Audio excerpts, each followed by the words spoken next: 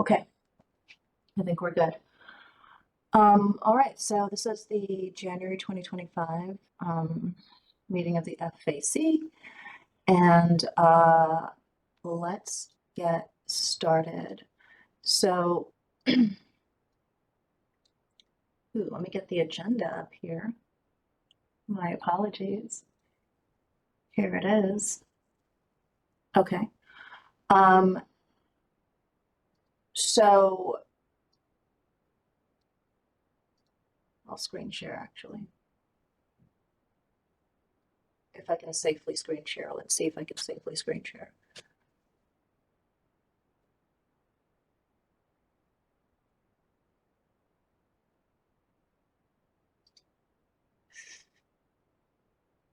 Okay. There it is, right? So here's a proposed agenda. I think we can, let's just ask approval of this December minutes for now. We'll put that off for next time. I'm not actually sure because of our changeover whether those got to you all early or not. And the other thing is Acme. Did anyone attend yesterday's Acme Summit and is willing to just chat about it today? Because we were not able to get Acme folks to visit our meeting today. They will be here in February. So do we have anyone who can just have a short discussion about it today or not? Kalina, this is Jen. They couldn't accommodate me because they at the Middlesex campus they couldn't do a remote option in that room. Okay. So I did hear that it wasn't that well attended. So I'm wondering if that's part of the delay. I'm not sure. Okay. But just that's all I've heard. I'm sorry, Okay. I don't have enough. I wanted to go, but they couldn't accommodate. Okay. I'm on an ADA, so they. I love how they just decide they don't have to accommodate, but that's fine. Doesn't seem right, but okay. So okay, let's. I want to ask for approval. Oh, John, sorry, because I'm sharing my screen. I couldn't see. Did you want to say something? I just saw that you lowered your hand.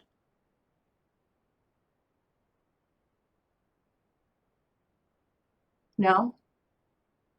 Okay, sorry, because I'm sharing my screen, I can't actually see folks, so I'm missing stuff. So just speak if you're going to do anything. But I want to just ask for a motion to approve the agenda with the elimination of the December minutes. Let's keep Acme on there in case someone does show up and we have just a little time to discuss. Someone who is able to attend does show up and has a little time to discuss.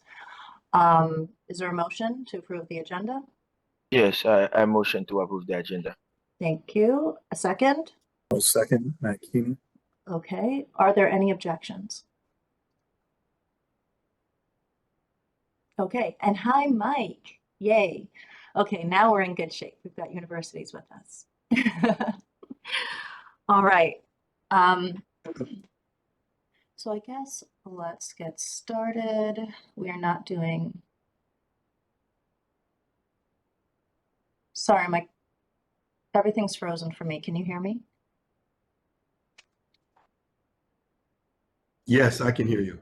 Okay. Give me just a second. And I can see you too. Your picture's not frozen on my screen. Okay, cool. On my end, it is. So I'm just pausing for a second until I'm back. Okay, now I'm back. All right.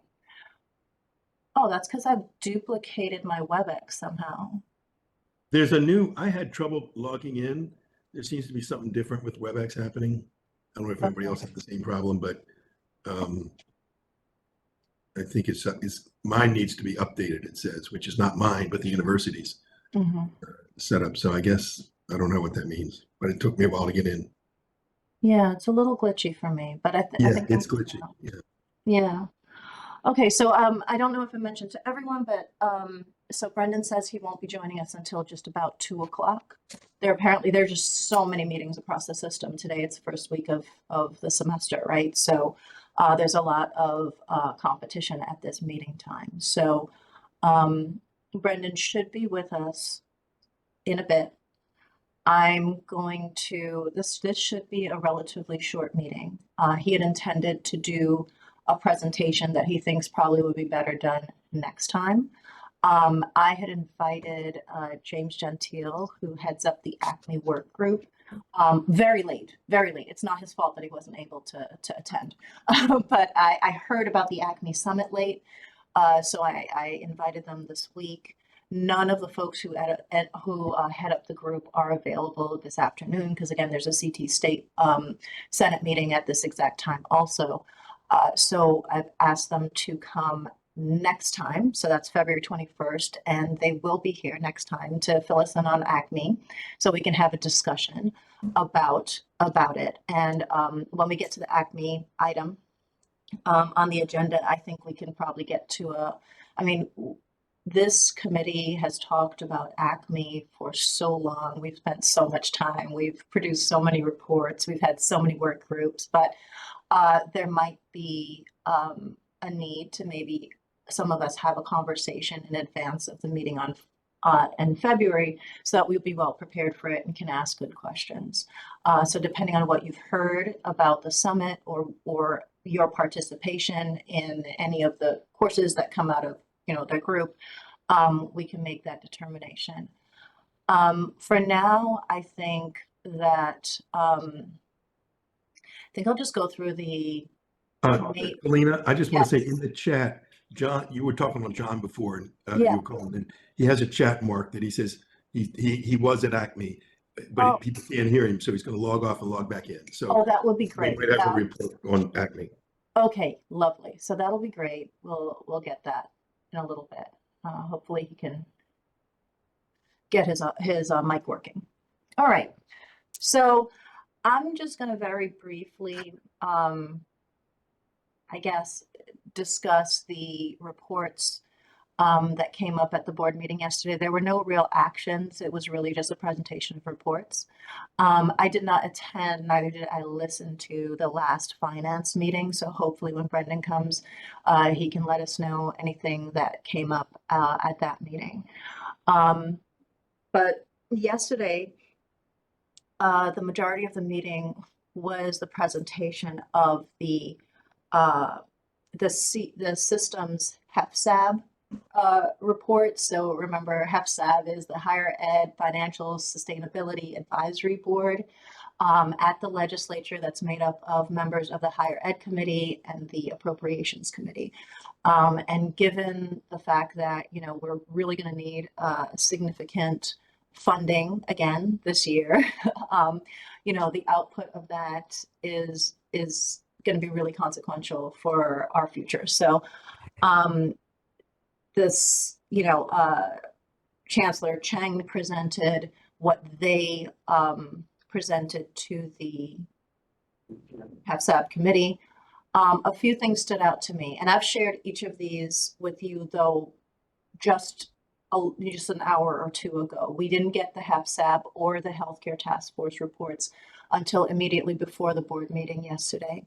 The Charter Oak Scale-Up was included in the BOR agenda that was online. And then AUP's response to the Charter Oak Scale-Up, I shared with you, but I know some of you, had in advance. So the HEFSAB report, happy to hear anybody. This was a lot of reading to do before this meeting, so I don't feel like I can tell you that I've gone through every single page of all of them, which I regret. So I'm happy to, if you have looked through some of this and have some commentary, question, anything, please just jump in because I could use that help. But the HEFSAB presentation, here are a few of the things that jumped out to me. As you know, the system is asking for a really small amount of funding, or increase in funding this year. They're asking only for $23 million for fiscal year 26 and $21.6 million in fiscal year 27. And that's with stated deficits of, hold on, 151.3 million in fiscal year 26 and 156.7 million in fiscal year 27. So the difference between that 20 some odd million in each year that they're asking for from the legislature, they plan to make up for in use of reserves, about $95 million in reserves from CT State in each of those years, right? So in each of those years, 95 million, and then 30 something million in expenditure reductions. Okay. So that's the situation that we're going into. They haven't explicitly asked for anything more. They also note that our enrollment is actually up across the system, 4.4% increase from fall 23 to fall 24, but that staffing is down in every category. So full-time faculty are down. There's 204 faculty for a decrease in 9%. Full-time staff are down 8%. That's 256 folks. Part-time faculty are down 17%. That's 922. And part-time staff are down 22%, 158 of them. So we've got, but that is, so faculty and staff are down, and these numbers are since 2019, okay? Whereas the increase in enrollment is just between fall 23 and 24. I'd love to see what our numbers are if you compare our enrollment with 2019. So those aren't really comparable, but we see that things are going in opposite directions, at least this year. Okay, so yeah, so we have giant deficits, have chosen to deal with them internally for the most part. And remember that once we use up these, $95 million of reserves in fiscal year 26 and 27, in 28, it's gone. So that's one, we have been surviving on one-time money for many, many years. We are once again choosing to decide internally this time. Usually we blame the legislature for making us rely on one-time money. This time we have only ourselves to blame because we are only asking for 20-something million dollars each year and committing to spending down our own reserves, which will not be replenished, right? So it is a choice to continue to exist on one-time money. And keeping in mind our staffing is down, one-time money is not money you can responsibly hire on because those are permanent costs, right? So it's a strange place to be. It's an unfortunate place to be, I think.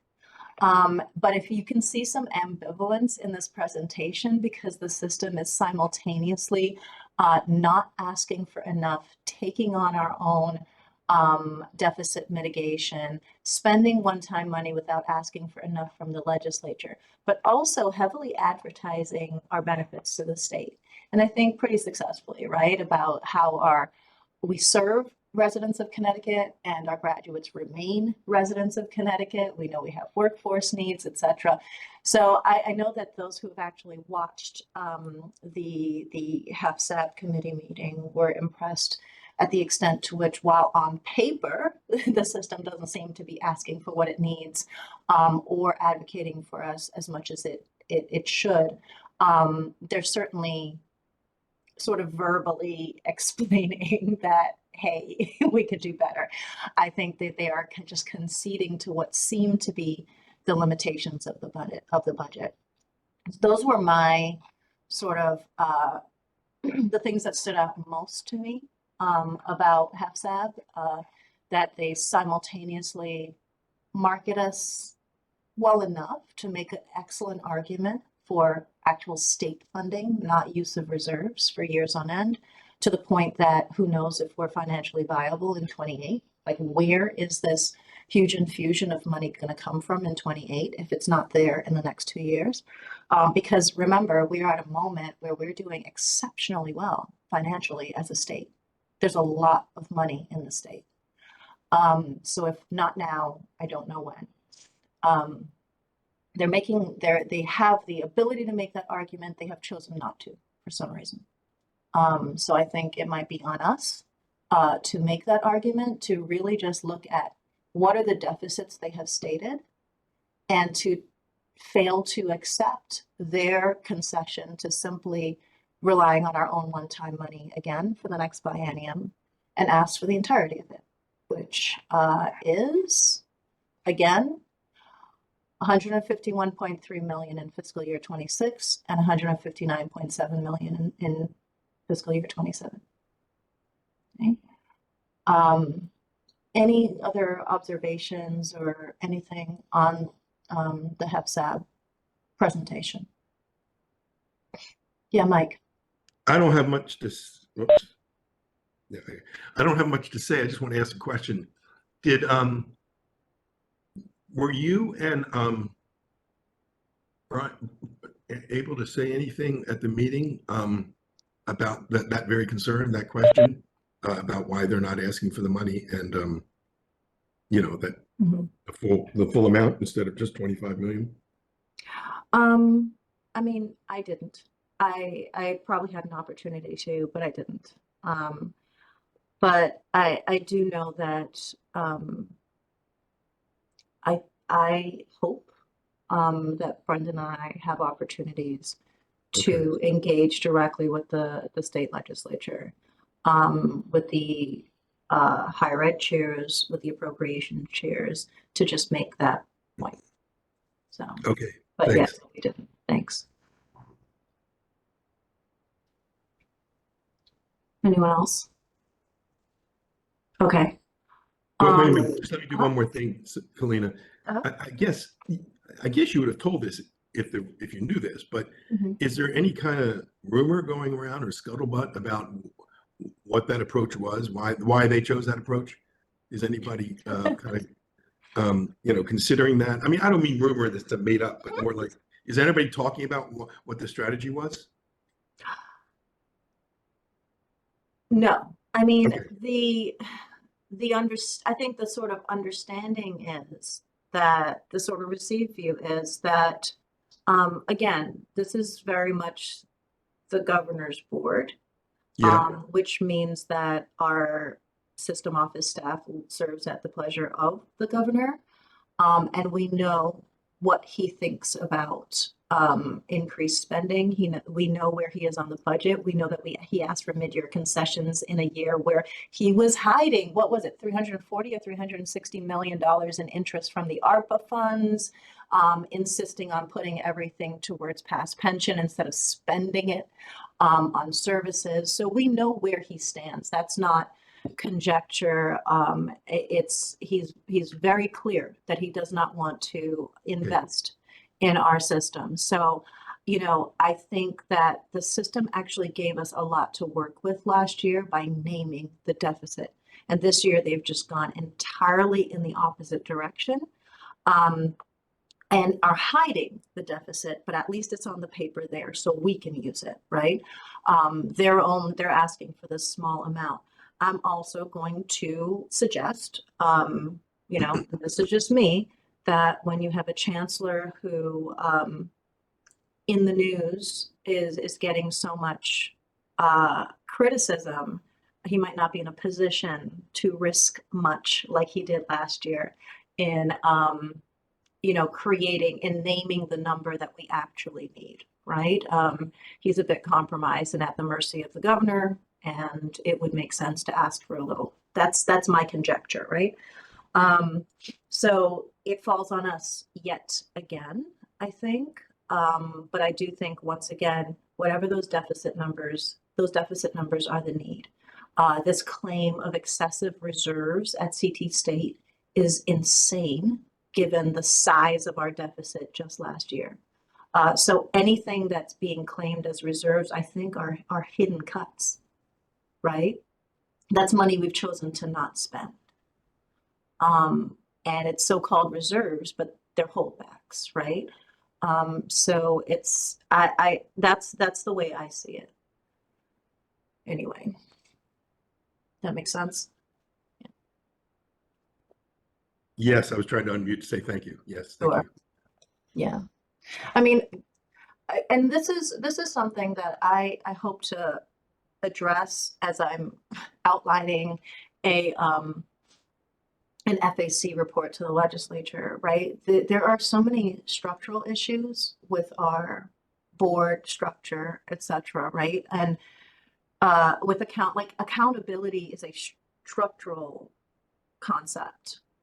You're accountable to the person who put your butt in that seat for the most part, right? And if the majority of the board has been appointed by the governor, they're accountable to the governor and not to the residents of the state of Connecticut. We have a real problem on our hands there in terms of figuring out how to empower leadership to actually represent the needs of the residents of the state of Connecticut, and then also in a way that acknowledges the areas of the state that have always been underserved, whether it's certain urban areas or certain rural areas, because both of those issues exist, right?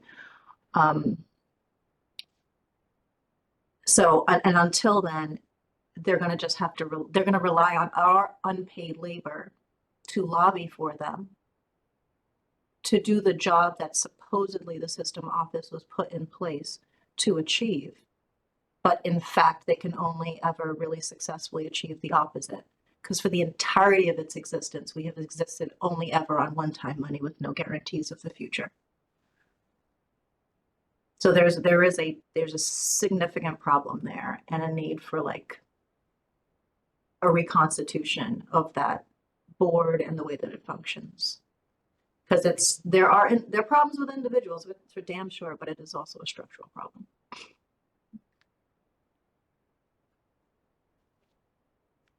Okay, move on.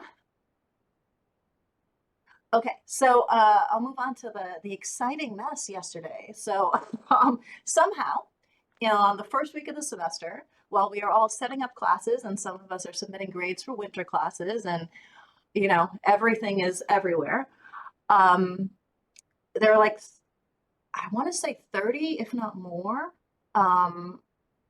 members of faculty who managed to either submit written testimony or show up to testify or to give public comment at the board meeting in response to the Charter Oak scale-up plan. I don't know how many of you have looked at it, but it basically seems to attempt to set us up as competitors with places like Southern New Hampshire University, etc. Right? So it's the idea is that while historically the function was something more focused on helping students complete degrees when they've already had college experience somewhere and wanted to put together a coherent completed degree, that mission has expanded and changed just sort of generally. And then now this proposal is an attempt to start offering fully online beginning to end degrees. Okay, go ahead, Brooke. Jump in. I think we need to be accurate from the beginning. I have been there now for 5, almost 6 years. And way before that time that I got there, it had moved to a program philosophy. It is a college. And this was the most, I mean, we were just absolutely flabbergasted and shocked by the sheer disrespect of this response. I actually had to write a statement so that I could respond. You are supposed to be our colleagues within a system, and this is what you write. I'm just absolutely shocked. I came to Charter Oak as a tenured faculty with over 15 years in higher education at a very well-respected college in the Midwest, and I have an EDD. So to say some of these things about the college, it is so beyond far off. And to start this conversation by stating these inaccuracies at the beginning is really a shock to me. Wait, we are a college and we are part of the system. So we have very, very highly vetted rigorous programs with vetted faculty who are both practitioners and educators. There are Cool. so many inaccuracies. I don't want to in this interrupt you. I just want you to. that it is shocking. So Brooke. we need to start off. No, we need to start off at the beginning of what truly Charter Oak is, I agree. and not these inaccuracies. We are absolutely. So the response is it's a slap in the face Stop of every for a sec. serious educator. Brooke, most I troubling want to to us- hear your full No, response, but That is fine. That is fine. But I'm saying we are not a credit aggregator. We Got you. haven't Can been you for over 10 years. This is not accurate. We are a college. Brooke, So I'm we have asking start you out to with the pause foundation for a second no, and Polina, correct we the have to start out with the inaccuracies. foundation of the truth. So let's start there. Brooke, Let's start the conversation no. with the truth. I want to hear your whole statement, but I want first, I said some things that are inaccurate that you filled me in on before. So let's just start with you responding to the things that I said so we can correct that, and then I want to hear your statement, right? We're not a I credit just said- aggregator. We're I not. just said we you're a haven't credit moved from that aggregator. just recently. We have been a college Okay, with designated programs. We Okay. are a college. We are part of your system. got We it. are a college. Everybody should know that by now. We're not a credit aggregator, and we haven't been for a very, very long time. I So thought let's that start was a with recent respect. addition. Let's Okay. start with respect. Got it. Good. And I understand this though, Brooke. I don't see it as a point of disrespect. I just thought the college had a mission, a specific is. mission. I shared our updated mission with you. I have Yes, it you in did. the You did, which notes is of a previous meeting. So that shouldn't be a surprise. what I said was that it's a recent broadening of the scope. It's So could not you- a recent broadening of the scope. I Got have it. been here for. Okay, Brooke, It's not a recent thing. This is not accurate. Brooke, I have an interest in actually getting this right. So I'm not arguing with you. I want space for at first to address every point. So if you can, just tell us how many of the programs you have that because one of my responses was that the track record that your president presented was irrelevant because there hasn't been enough time. I'm clearly wrong, right? There hasn't been enough time to collect data on fully online programs beginning to end since you started this. Clearly that's wrong because you say it's more than 5 or 6 years. So if you could just tell us that. And then as far as the competition with Western governors, I apologize if that's, but that is the report. That is not you guys. That is the report authored by Ted Yang or with Ted Yang's work group. So, okay. So are you ready for, I know in the we meeting want to hear your yesterday. statement. I know in the meeting yesterday Yeah. that that President Ed Klasky presented the data. So everybody can go and find that data. The data that you're asking for was presented. No, it was How many in the presented, program? and it was, How many very have impressive. I thought graduated? it was irrelevant. I'm sorry? I said it was presented and it was impressive, right? And what I was saying that I thought it was irrelevant to the question at hand because I did not think that it included fully online programs for beginning to end run at Charter Oak. Clearly, if there have been fully online programs run at Charter Oak for more than 5 or 6 years, that data is relevant to that question. So, Yes, so that would be thank your you for answer. that. So that's the data for the Yeah. programs that we have. So it is relevant and it is accurate. Okay, your statement, please, because you said you wrote something, right? Yeah, I really don't know if I really need to talk any more about it. Just the statements, I mean, you mean to say that it's a slap in the face of every serious educator. What are we to you? How do you see Charter Oak to make a statement like that? And the most troubling to us is that use students as a pawns. Students are our lives. We're no different than the colleges that you represent. Why would you think that the students at the heart of what we do? Our programs are accredited where they can be. We are run like a college. I'm so confused about this disconnect of how you not knowing that we're a college. Brooke, can I within the ask you same when you're system that we all responding? are. What document are you responding to? Is it a written comment or is it It's the or is it the response that you AUP sent out report? in the agenda with Say the again? agenda. It is the response.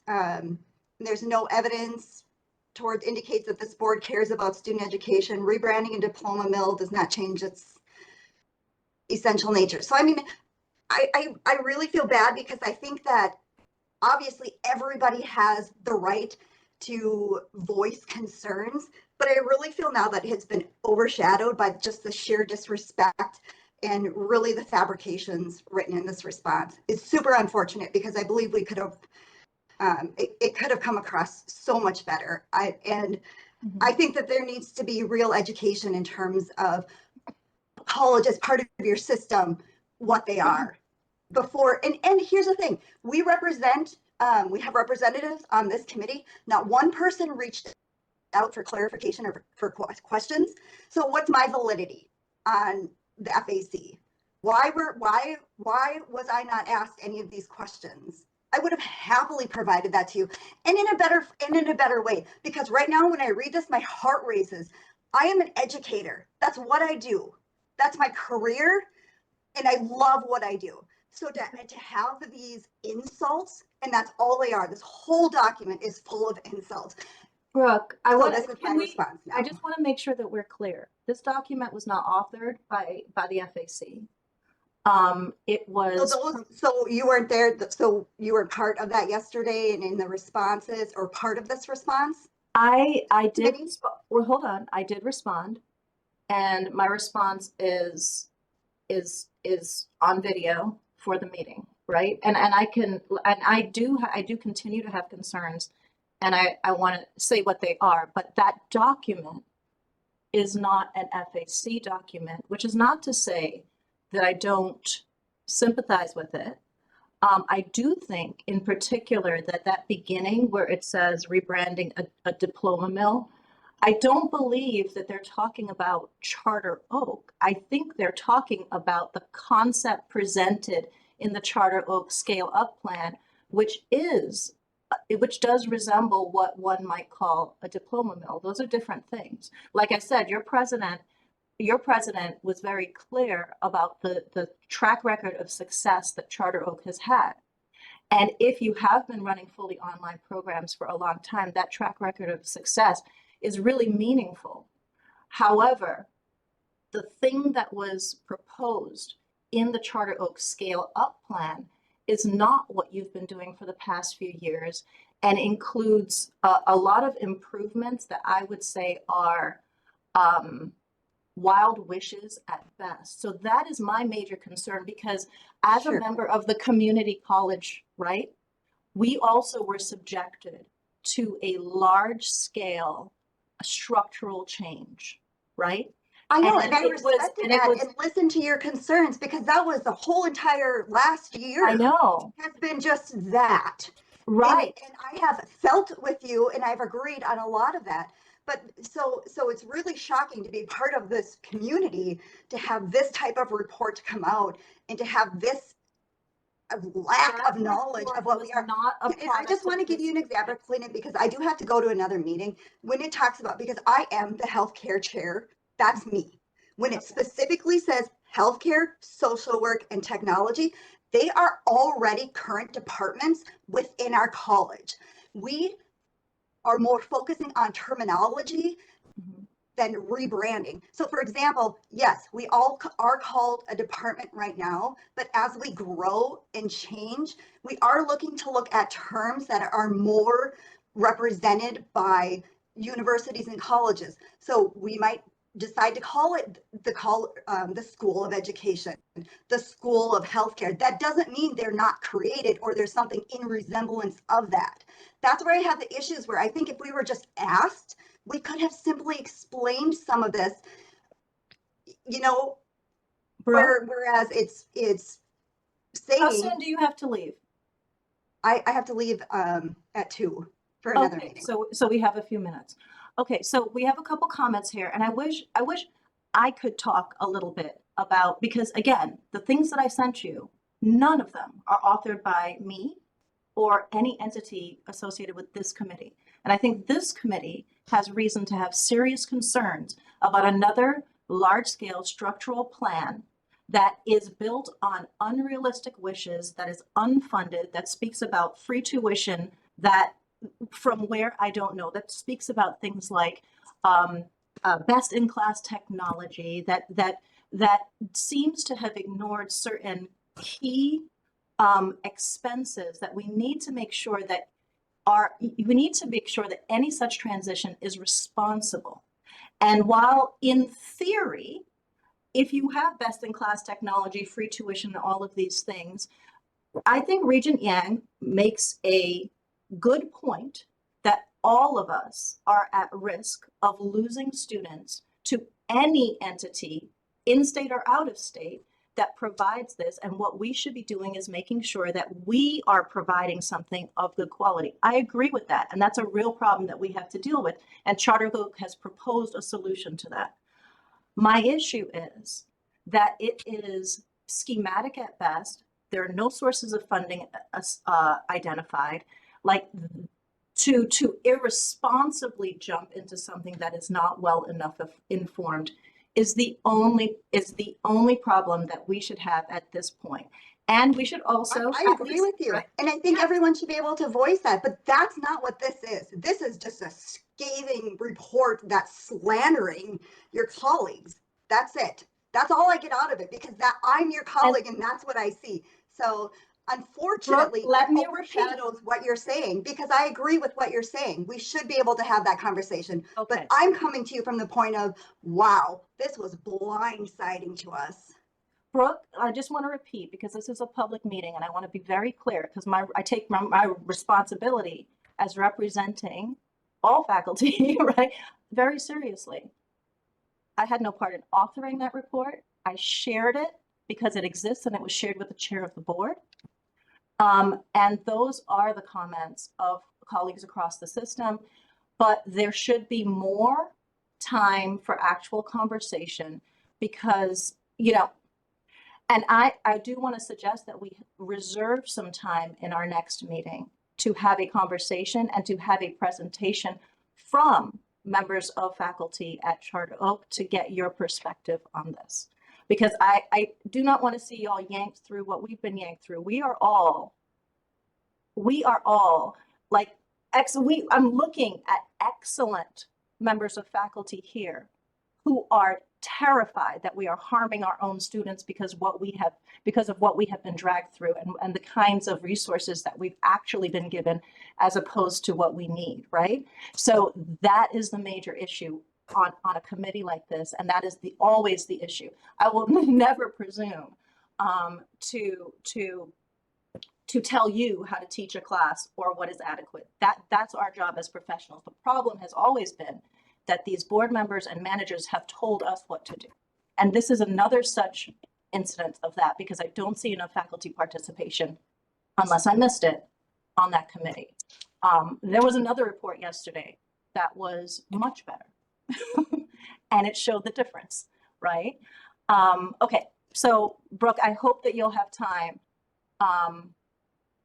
You'll be able to do it, to do something next month, and that your co-representative will be here. And then very quickly, I forget, Mike, Jen, I don't know who had a hand up first.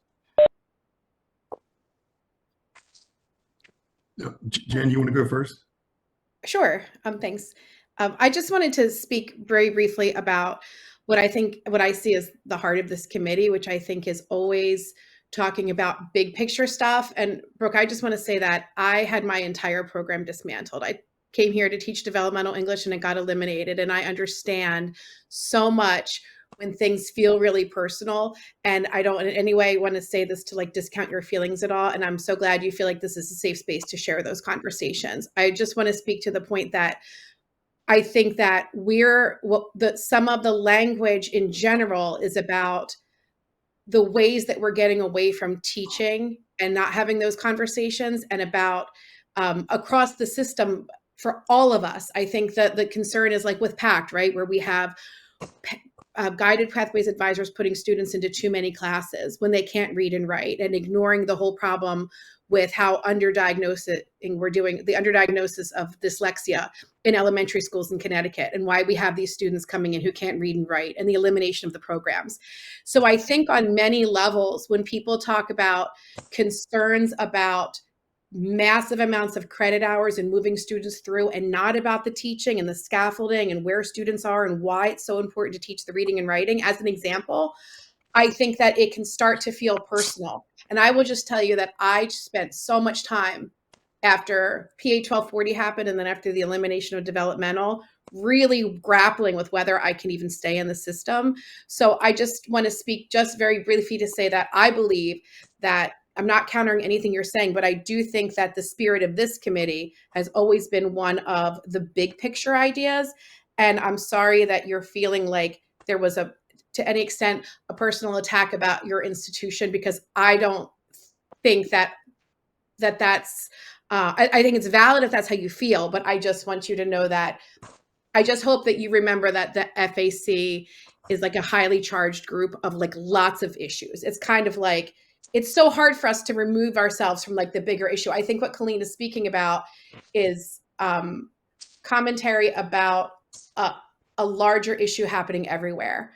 But I appreciate what you're saying about the particular document. I just wanted to chime in to say that like your big emotions are valid and we're here for them. Because I had just read the document coming in here to my colleagues, and I actually would rather have those types of conversations. That's why I want to be part of this committee. But that's when I read that document, I'm like, it is very slanderous to us specifically. So I apologize if I came in as I did, but I really want to make it clear there are some very big misperceptions.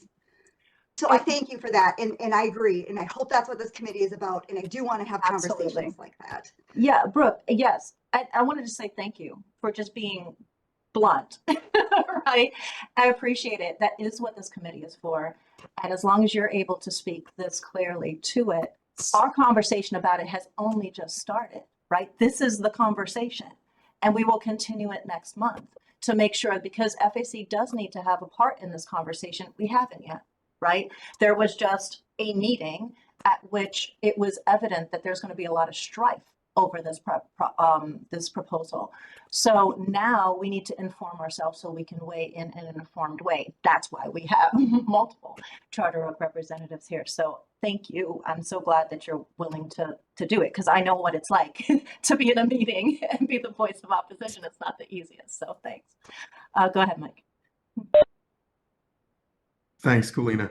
Brooke, thank you for your point on this. I think it would probably help if you were able to write a response to some of that material that you see as problematic.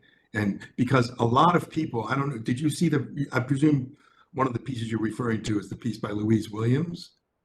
I think that was in the document. Am I right? Or was that name familiar? The document itself doesn't identify. Okay.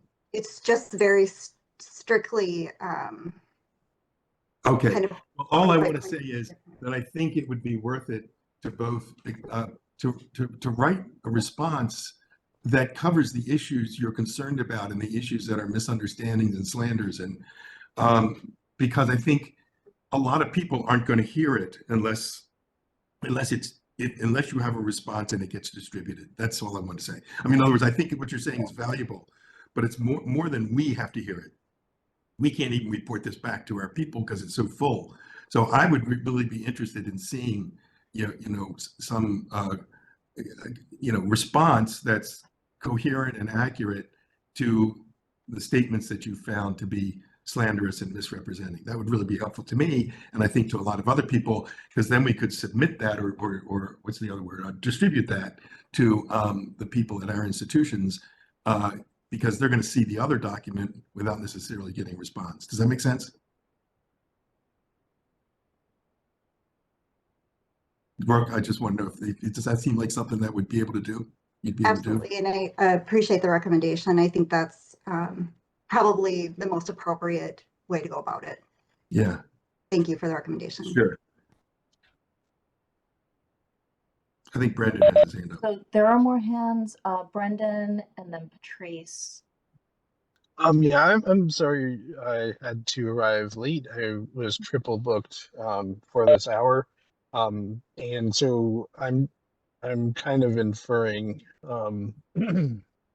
some of the things that folks have been talking about. Now, I do want to ask people to be more careful with terminology as someone who was accused of slander on the record in a CT Mirror article by a manager who is still employed by CSCU. That accusation was hollow. There was never any lawsuit against me despite an accusation of slander. Slander is usually applied to individuals, and I'm not sure, are we talking about individuals being, well, first of all, it would be liable because it's written, not spoken. Um, are we talking about individuals being libeled? And secondly, that document was created by AAUP, not Luis Williams. It was a effort on the part of multiple parties to respond to a plan within a context where the CSU enrollments have been eroded constantly by UConn, with satellite campuses, and they just opened, or they're going to open a dorm in downtown Hartford. We were not treated equally with respect to PACT expansion. And then we see this proposal that did not necessarily come from anyone on this committee to offer free bachelor's degrees, which would also not support our communities. And that's what that document is all about. Those trends spell doom for the CSUs, and we do not have to stay silent about that as it happens. I don't think anybody said you did. The document itself starts out by saying it's a slap in the face of every serious educator. That implication is that we're not educators or serious educators. And I do have to go to another meeting. And I do think that a response is probably the best way to go, because I think this is going to go round and around. And I'm not talking about suing I mean, that's ridiculous to say something like that. I'm just saying that the way that this started out, and even the way that this conversation started out about the misrepresentation of who Charter Oak is, I think that we need to have a restart on this. I think we need to work on the response, and then Clint, whatever you want us to do to present. And I absolutely believe 100% any college or university within the system has a right to respond, but let's do it with accuracies. That's all I'm saying. And I do need to go. Thank you Just very one much. second, two things, Brooke. Oh goodness, no, I forgot. I do think that whatever we put on the agenda for next time, I think that you and Patrice should decide how you want to approach it, because I don't want to, I hate being assigned reports, right? Like, however you think the conversation needs to go, I want just lead that part of the conversation, and we'll have the conversation with you, right? This is thing. Patrice. And I then wanted to get something in before Brooke leaves. Hi, Brooke. This is Patrice. I'm the one who put the master's degree because that was the first change in 2009. I've been at Charter Oak since 1999, and it was an aggregate of credits. So you have to understand that some of these people need to be educated about the changes that Charter Oak has gone through. Because traditionally, and there are many people out there who have gone through Charter Oak and have become quite successful, combining all their credits, and just the way the mission used to be, now it has changed. And I think that has to be stated, maybe the president, maybe Dave, because the mission has been changed and changing for the last 10 years. And Dave has really started to change it even more with Ed since he came on board. So I don't know. I'm sorry if you feel that way. I do teach at Charter Oak also. But, I think it's more of the public understanding from 1973 what the school was about to where it is now. I don't think it's so much. And of course, people not wanting to lose their jobs are affecting the population that they work with, I just think that it just needs to be, yes, I'm glad you brought it up. I think there needs to be a conversation about how it has transformed through the years, but because people still think of it as that type. I mean, the mayor of our city, he did it in like a year and took all tests to get his degree from Charter Oak. So there's people out there who have a different sense of what Charter Oak is and not was and not what it is now. That's all I wanted to say. Mhm. And you know, in responding to someone who has, I mean, Patrice, you were there when it primarily was a credit aggregator. Again, we've met so many successful people who've gone through it at that stage. So there's no disrespect to it, or meant, I should say, no disrespect to describe it that way, though it certainly isn't giving it credit for all that it is now. I also just want to make sure that, I mean, because I also want to give credit to, or we should be charitable to all of our colleagues. And I do think that that AUP report was very thorough. And I'm going to reread it to see, because my impression was that the response was not to Charter Oak as it is, but to the proposal as it was authored by a work group that involved many people who have never educated the folks that they propose to educate, including tech vendors. And this is not the first or second, or maybe not even the third time that tech vendors have come into our system and proposed things that are wildly, right, uninformed. So that is the issue. So perhaps I was too charitable. I'm going to reread the AUP report, but I want to suggest that we all reread the AUP report and see whether it was targeted towards Charter Oak, the folks who are there, and what it is currently doing, or towards the proposal that was wildly unrealistic and ultimately wasn't necessarily informed by a vision for education as much as a vision for market capture under the realities. And it is a real reality that we have to deal with, that online education is going to siphon off many of our students. So we need to give them something, right? Because I also don't want to be throwing my AUP colleagues under the bus. My understanding was that that was what they were doing. Go ahead, Brendan and Patrice again, or No, I'm sorry. That's all I wanted to say. okay, thanks. Yeah, Kalina, you said it way better than I ever could. AUP is concerned about the path which has been proposed going forward. Yes, the world is very different than it was, and Charter Oak is very different than it was 50 years ago. But if we are literally looking at a situation where an AI wrote a report and we ran it through a AI checker, and that said some of this report was written by AI. If AI writes a report recommending AI advising and AI taking positions from SWOF, and AI being as a resource that students can use to complete degrees without real learning, then as educators, we have to speak up when it comes to that kind of thing. That's a chimera we haven't seen before. And everyone should be concerned with that. I mean, I would refer people to a Washington Post article authored by a journalist who chatted with Meta's so-called Black AI character. And the subtitle is AI the new digital blackface?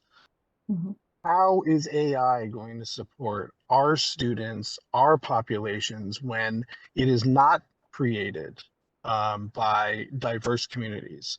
How are we going to create and maintain diverse spaces, which currently are being provided by the CSUs? I will not stay silent while communities that are providing safe spaces for underrepresented student populations are at risk because of some harebrained scheme written by AI to have AI serving students and students using potentially AI to complete degrees. Mhm. What we have now is too important to put at risk, and that is the concern. So it is a very, very tricky thing for us to work through together, but I believe in us. I believe we can. I believe we have to have these conversations together. Management has never been great at giving us the runway to have those conversations, but I think we should. And yeah, those are the things I have to say about this.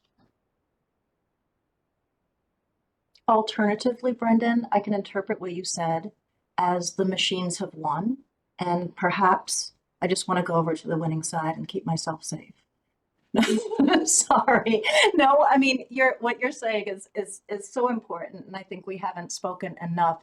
Those of us who deal with our student population, which includes a lot of first generation students, I mean, I don't think we've talked enough about how much of education is cultural, how much of education is interpersonal, and that if you're not pulling students in, I mean, I can educate myself really, really well. Like I listened to a 4.5 hour interview with, on two economists the other day, and I feel smart as hell, but that's not the same thing. And if we're going to send students off to be capable in higher degrees, like I don't think we've had enough of that conversation. I will also, emphasize that what Regent Yang said in response to all of this is that this is a starting point, that he intends to get more input, that this is not a proposal. It is simply a report that begins the conversation. So there's more conversation to be had. I'm alarmed, but because, I mean, if you think about the waste of resources that has been there have been task force like these, like every couple of years in the system. Like we keep reinventing the same square wheel, right? So it's a lot of resource, but okay. Okay. I wish they'd put that kind of effort into making the stuff they've already launched actually successful. And I do understand it's a legitimate issue. Like even within the community college, I teach online courses that decimate the on-ground courses that I teach. And I will tell every, you know what I mean? Like we're competing with ourselves. Like this is a legitimate issue, but yeah. Brendan, your hand again. Go ahead. Yeah, I mean, if you listen carefully to the public comment and also do look carefully at the AUP document, volume wise, this point did not, take up a lot of space or time, but the point was repeatedly made that online is a good option for certain students. As our charter colleagues have mentioned in this very meeting, there are many folks that have done very well through that approach. But the question is, like, do we maintain it that way, where it is those who most benefit from it who are going there, rather than as a one-size-fits-all solution to bachelor's degree earnings in Connecticut? Because that is where I think we would take great exception. And we should remind ourselves that any sort of tension we're having around this issue is a direct consequence of the fiscal guardrails, so-called guardrails, roadblocks, right? Because we are in this zero-sum world where if one thing is going to expand, another thing has to shrink. And that is not a necessary part of what we do as educators, as what we do as CSCU. It's only necessary because certain people prioritize the placing a zero-sum constraint on our communities, on our learning environments, and I think everyone wants to get rid of that. At least everyone in the dialogue that I'm familiar with. So Yeah. I'll stop there. Go ahead, Lois.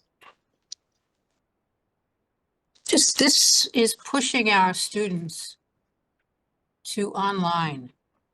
And as the Director of Educational Technology at Norwalk for a number of years, I've been fighting that because our students, as mostly first generation students, need the support that they get on ground. There are certain disciplines that can be taught online, and there are lots of other disciplines that should not ever be taught online.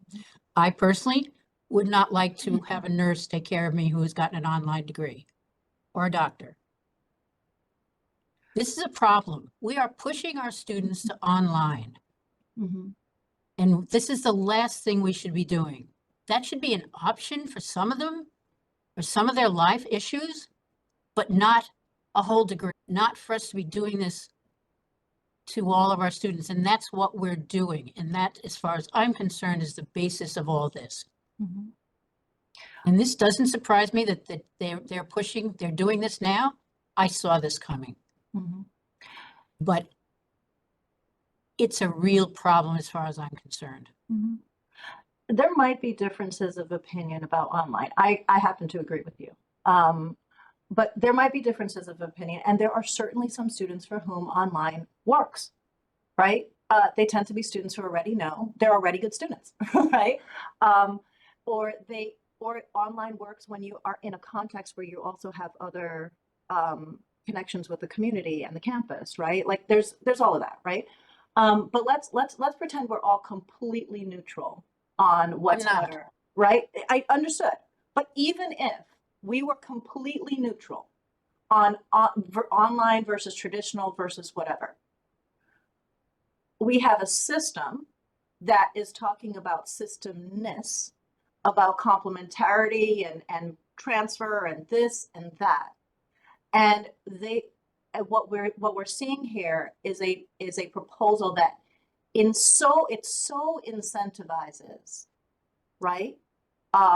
Charter Oak. We know that we're in a context where we implemented a PACT program for the community colleges and haven't even found a stable funding source for it. So Lord knows what its fate is. We have not been able to extend it to the CSUs, and that would be also quite expensive, and we have to hope that that is possible, right?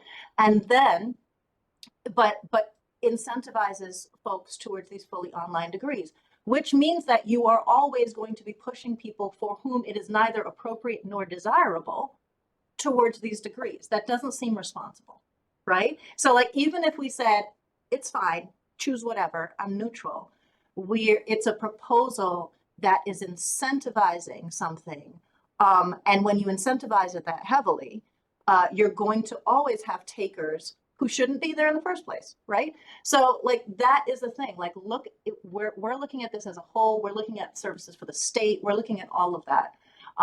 And this was just a sort of narrow, how do we allow Charter Oak to increase market share and grab students like across the country and also in Connecticut. So, and the likelihood that we're going to have something so top of the line, it's going to be funded so well, we're going to have such free tuition that we're going to be pulling from places that market so much more heavily and have so much more name recognition. It's just unlikely, but we've been trying it forever, right? Brendan's had a hand again? Yeah, the other thing that kind of disturbs me is just the complete lack of like coherence from a quote unquote system perspective. So from what I observed, President Maduko and his team saw barriers to community college students accessing on-ground classes on the CT State campuses. And so he proposed this pilot program to provide transportation services or support transportation student services to get those students to the campuses. And I think that is the way we should go, right? And I think that again, why aren't we doing more of that? It's about resources. It all goes back to the fiscal roadblocks. And I don't know that I would implement the plan that way in terms of using Uber as a service provider. Gig work doesn't necessarily provide a great working environment for people, but the bottom line there is, we have one part of management saying, well, there's barriers, so we're gonna do what we can to remove those barriers so students can access what our faculty are providing on ground. And then on the other part, we it sounds like certain people look at those barriers and say there's no other way than to change modality of education delivery to online. And again, which is it? I mean, is it both? Is it one or the other? Like, where are we heading? And I agree with Lois. I mean, I think there's a lot of pressure to push into the online space. But it is valid to ask, like, the current cohort of students pursuing bachelor's degrees through our public, through CSCU, if we shifted all of them, would they be in an okay place? So I'll stop there. Okay. And I guess that's a good transition to, as you point out, President Manduka had a different approach, understanding that our students need choices, right? Make the online available, but also make the on-ground accessible. Then students can make choices, and they may make unwise choices, and then we're there as professionals to advise, but I'm not trying to be like overly paternalistic about this, right? Like, I know what's best, but we don't want to make it so that the poor students don't have a choice. That's the problem, or that we've overly incentivized one thing over the other. There it is, right? And we certainly don't want to incentivize the thing that places like Yale, etc., do not offer, right? So that would suggest that maybe it's not, all things being equal, the most desirable choice. Okay, so I guess we can transition now to talking. I don't have a lot to say. I don't have someone who has more experience in the healthcare field has much to say about the the healthcare task force that was headed up by President Manduka. But I will say that it stood in stark contrast to the Charter Oak Plan, just in the sense that it was authored by folks who knew what the hell, sorry, excuse me, pardon me, I forgot where I was, but seemed to have some familiarity with what they were actually talking about. And I just learned a lot from it. Even just like laying out details, like looking at, I wasn't aware before about all the, if I were CNA or an LPN or this or that, like what the salary differentials are, what the training differences are, which of our institutions offer options, which do not, so it really gave us a picture of what we're actually doing and what the needs of the state are, which is a good place from which to start a conversation about where we're going with new healthcare initiatives, right? So I found it really informative. It was huge. I didn't read the whole thing, but it, certainly, hopefully, we're moving in a decent direction in that place. I don't know if anybody else has any other comments on that. I mean, it might have, the contrast may make me overly charitable to it. Who knows? But yeah, go ahead, Lois. Just as an FYI, this little document also is not saying exactly what's going on. At Norwalk, our hospitals have been, in our region, have been asking us to initiate an LPN program, and we've been trying to do that, and we've been told by the people in New Britain that we cannot do it right now because another college is doing it, and we can't start ours until theirs gets underway and is okay. Oh, is that so? It's not just a funding thing. They want to space It's out. nothing to do with anything with funding. They want this other college to shine, or whatever they want to call it. Well, and we can't do it until that is already going. So we're at a stall right now. That's too bad. There's a workforce need, and also like it's Quinnebog, so it's in a corner. So there's like the Yes, whole rest of the exactly. state. Like it won't really compete, I don't think, Right. with Norwalk. No, it would not compete. Why would it compete? Huh. Okay, that's too bad. But yeah, that one LPN offering was such a huge thing in the state in terms of like the difference in cost of being trained to be an LPN. The only other options were like, I don't know, CNA. many times more expensive before that came in. I was hoping they'd be expanding that as quickly as possible. So, all right, that's a conversation to be had. Maybe this thing accelerates it. Who knows?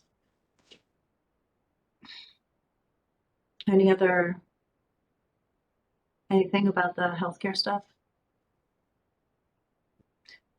Apparently, I have to move back to West Hartford because my life expectancy will be 10 years more if I were there. I teach logic, by the way.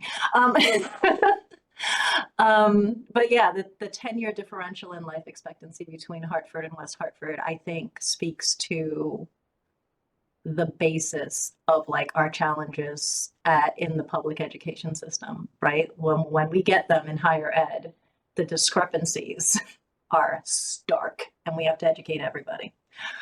All right, so those were the major things from yesterday. They did have an executive session.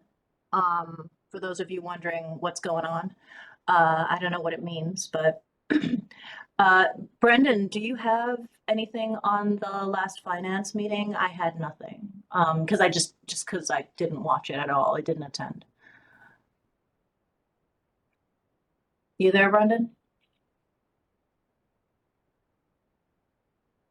Okay, maybe Sorry, not. Oh, okay. I was muted, and I think my phone is maybe having bandwidth issues. But yeah, the finance meeting.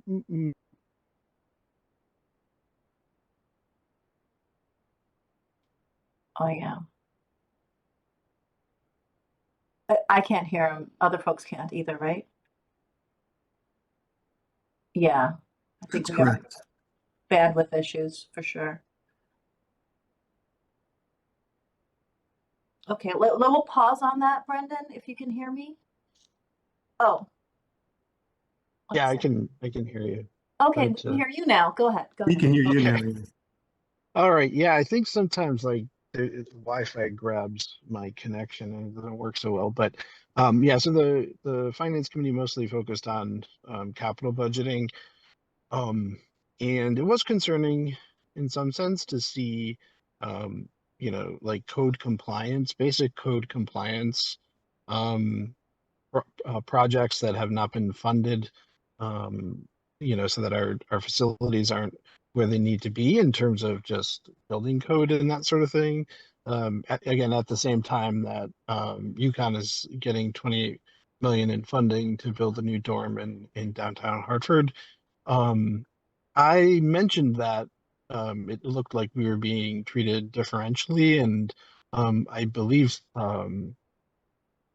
CFO Blanchard essentially agreed with that on the record that that we are not funded for capital projects equally in some sense in comparison to UConn. I also asked about I think that the Yukon Dorm project accesses funding from like capital development regions. And I asked if we had access to that, and the answer was no. I don't know why we wouldn't have access to that kind of funding, but um, so I think the management is trying to communicate better with the board on what these projects are and how desperately our communities need them to be funded, and maybe with the hope that communication will break through the logjam of all these unfunded but approved projects. Um, but at the end of the day, it's one person and his team that controls that funding. And for the life of me, I struggle to understand why something as basic as code compliance is not supplied for our students. Um, I just don't think it's a wise policy. We did hear about that quite a bit. That many of the infrastructure facilities, we're in a penny wise, pound foolish situation. So by refusing to maintain and upkeep our infrastructure, we end up spending more repairing damage than if we had just maintained it in the first place. Yeah, I mean, it wasn't necessarily, I wasn't encouraged by the discussion, but I am encouraged by the fact that folks are trying to better articulate the need to invest in our infrastructure. And maybe if we make the argument clearer than before, the logjam will be broken, but um, that I guess that remains to be seen. So that's kind of what I took away from the finance meeting. Mm. Okay. I mean, I would say though that I feel like Keith Epstein has been documenting like location by location the scope of the need and the justification for a while now. Like to the point that like I wish that's how we did it for the academic stuff, right? So like he's been doing it for a while. It's not that folks, it's not that the governor's uninformed. Like the information is there. I like that they're ramping it up or whatever, but this is just absolutely ridiculous because I mean, it's also indicative of the state of the entire state, right? Because we're also not investing in the state while we are swimming in money, knowing full well that we're probably going to have to compensate for it expensively down the line, right? So I guess I shouldn't be that confused.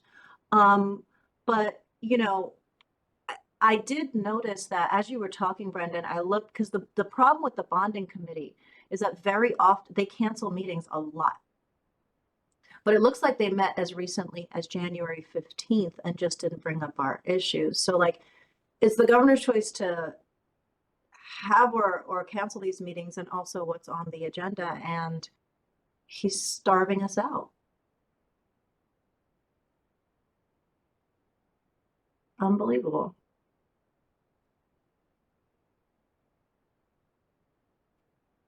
Okay. Well, I guess we can't, at least there's no illusions about the ghettoization of our system. Literally. So, okay. What's next? I think it's on the agenda. It would be Acme. I'm looking for it. I have too many windows open as usual. Yeah, I was just going to say that Jonathan has logged back in and said he was at me. So Perfect. Yeah, and you can hear me? Yes. Oh, good. You couldn't hear me before, so I did have No. to. That's always the solution. Just leave and come back. Yeah. So I mean, I don't have. I didn't prepare a full report or anything. I can share some impressions or what happened. Provost Hynek led the meeting. It was I have a hard time estimating crowd sizes too. Maybe there were 70 people there, 50 people. So it wasn't a huge turnout, but it wasn't terrible either. Interestingly, she began with a little Karen began with a little Mentimeter survey and basically asking us to put us, one of three positions. Do we want to see Acme scrapped? Or completely overhauled, something different put in place, or do we think that Acme should mostly be put in place as is with maybe some thoughtful changes, or do we think that we need to just go full steam ahead with Acme as is and let's get it done? And overwhelmingly, people thought that Acme needed to be seriously revised or replaced with something. There was maybe 10 fewer people 15 fewer people who said that there are some really good aspects of it. It needs to be revised and changed. And I think only 6 people, the whole place said no, let's go ahead as is. James Gentile and Rashida Williams, so the English head of Acme, did present, and they talked about some of the findings. There was data given too about what some of the outcomes are at this point. Math lags behind in its success compared to English to some extent, but that might have to do with a lot of factors that aren't completely taken into place. There was nothing earth-shattering in the data really that I saw. James and Rashida, they were good. One thing I have to say is that, James and Rashida, I see them as being in a difficult position because, of course, many of us in the English area are really upset and irate. Jennifer Long has best articulated this position about the devastation of loss of developmental English classes and the planned elimination of developmental English classes. But of course, I also recognize that people who want to revise it are doing things, Brooke and or Rashida and James in particular, for the right reasons. And as heads, they've been frustrated by even the plans for ACME not being properly funded, things that they said were going to happen that the system never has never supported, leading to all kinds of crazy situations. So there was a carousel activity in which groups went around to different whiteboards and made statements answering different questions about the possible revisions of ACME. Statements were put up, people put stickers next to statements that they thought were very good. And Karen Heineck spent about an hour, kind of going around and taking all that in, and was very deliberate and clear about making the point, responding to some of the frustration that was being expressed about faculty not being heard through this whole process, that she is not just going to report to the BOR,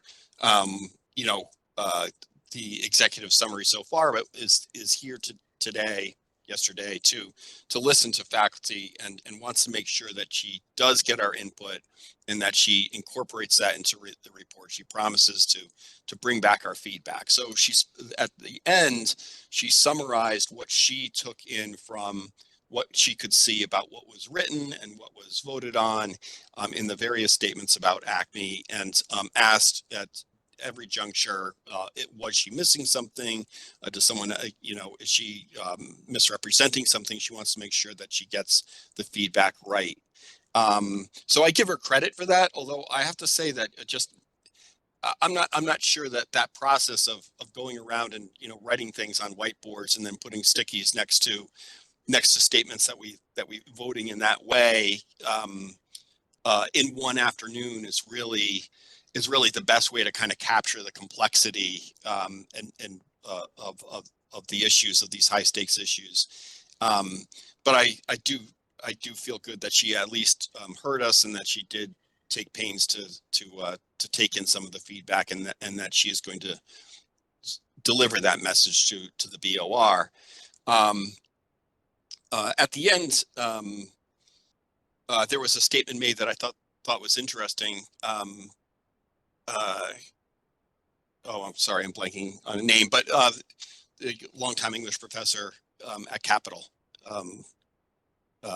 Sorry, I'm forgetting his name. But anyway, he stated that, look, Kevin? Thank you, Kevin. Yeah. And every time Kevin says something, I feel like I'm asking him for a link or, can you tell me more about that? I mean, he always has great things to say. But, I mean, he's articulated that he was frustrated that it wasn't clear in the invitation to this summit that the idea that putting developmental English back on the table or making such a revision that developmental English was not going to be eliminated was even part of the discussion. And if it had been so, he would have prepared for it a little bit differently. And that he felt that at this point, given everything that's happened, that he thinks we should just go ahead and do the program that ACME has promised to do, and to see what happens. So I thought that was interesting. I don't know that is going to happen. I mean, that was one statement that was made.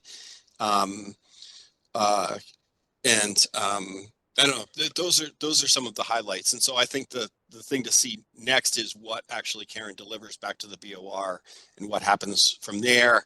And also between now and February, I can I'd like to think more about, you know, process the experience a little bit more, and I'll probably have something more substantive to say in terms of, you know, just my own feelings about it that might be a little more coherent. So I don't know if that's helpful at all.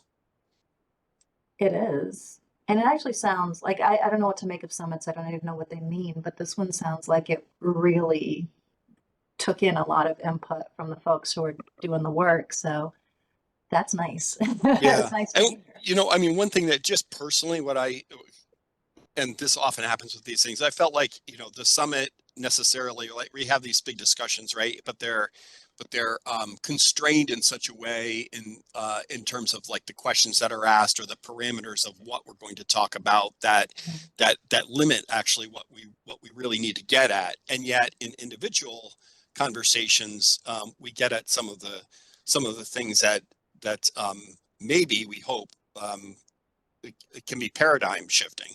You know, for example, you know, why can't we offer a program that makes good use of the gateway courses, English 1010 with support, whether co-requisite or not, but keep developmental English, which is so needed because, you know, it is, Jen, I think you've used this term, you know, magical thinking to think that in this open admissions institution that, you know, everyone who enters is going to be able to be successful in English 1010 just if they have, you know, an extra developmental support section. And certainly there are students, many students who can benefit. I think it's a good addition, you know, to the mix, but and why can't we offer like kind of a, you know, an introductory freshman sort of academy where students are doing the developmental work who need it in English and in math and you know, pay a small nominal fee for it and have it paid for. I mean, that would pay dividends down the road. And so there are many things, but that doesn't even get on the table now because, you know, we need to make money in every single section that is offered, you know.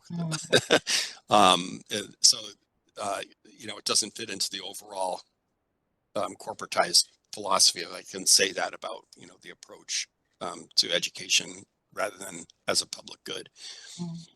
But Great. Okay, then, well, thanks. I mean, now that we have a lot of time between the presentation and, you know, and now, I know that in the past, I mean, Kevin Lampkins has been so helpful in the past, providing all kinds of research, etc.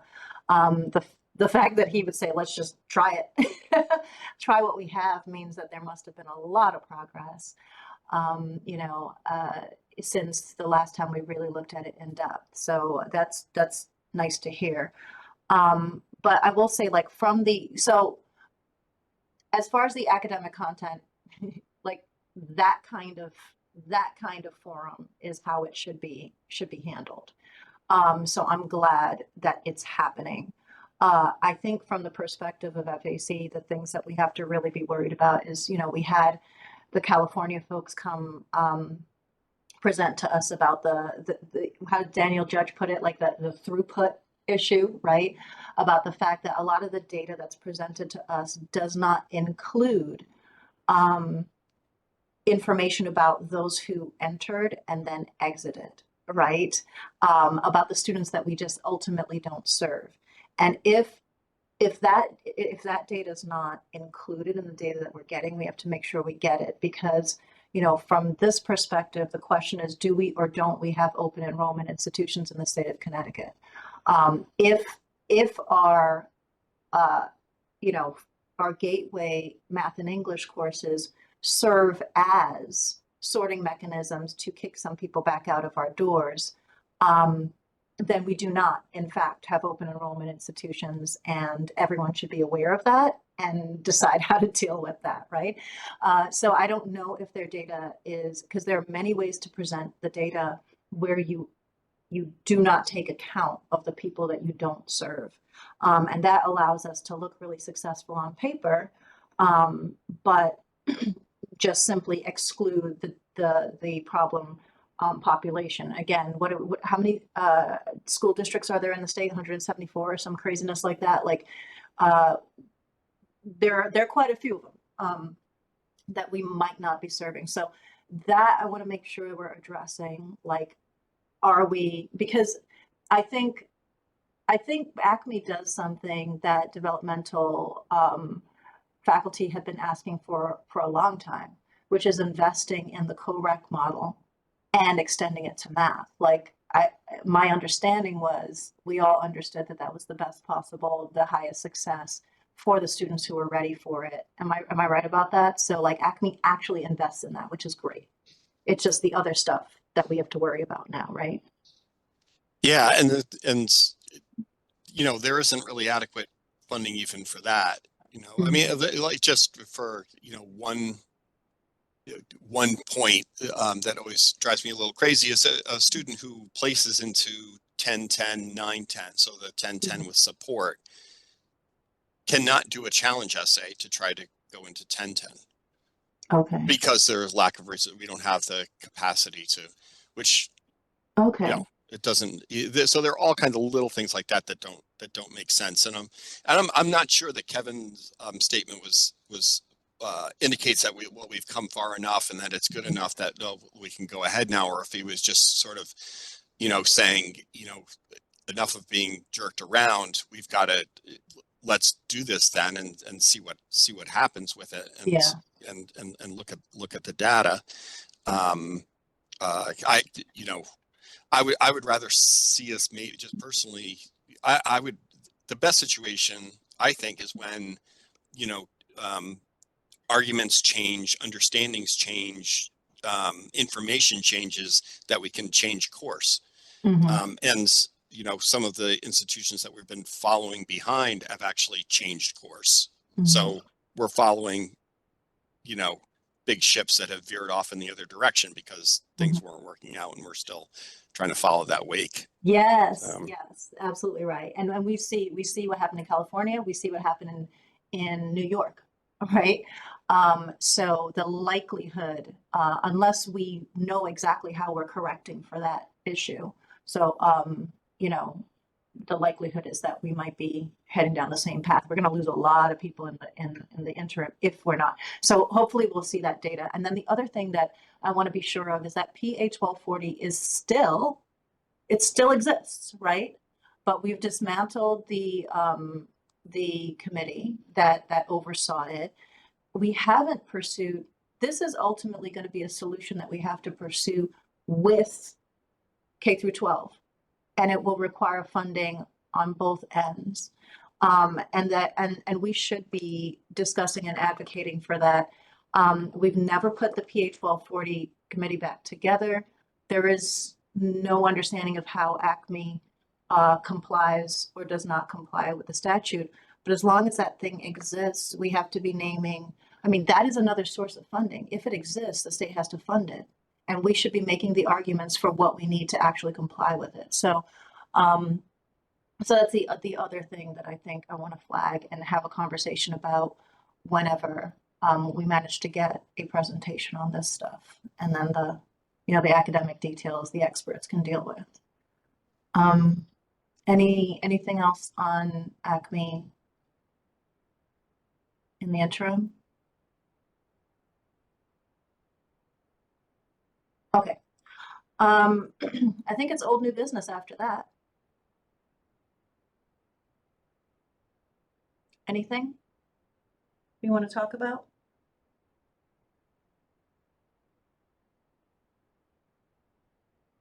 Okay.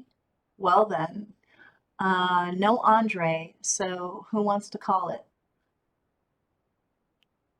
I'll call to adjourn. All right. And I don't think we need a second, so we are free. I'm going to stop the recording. Hang out if you want.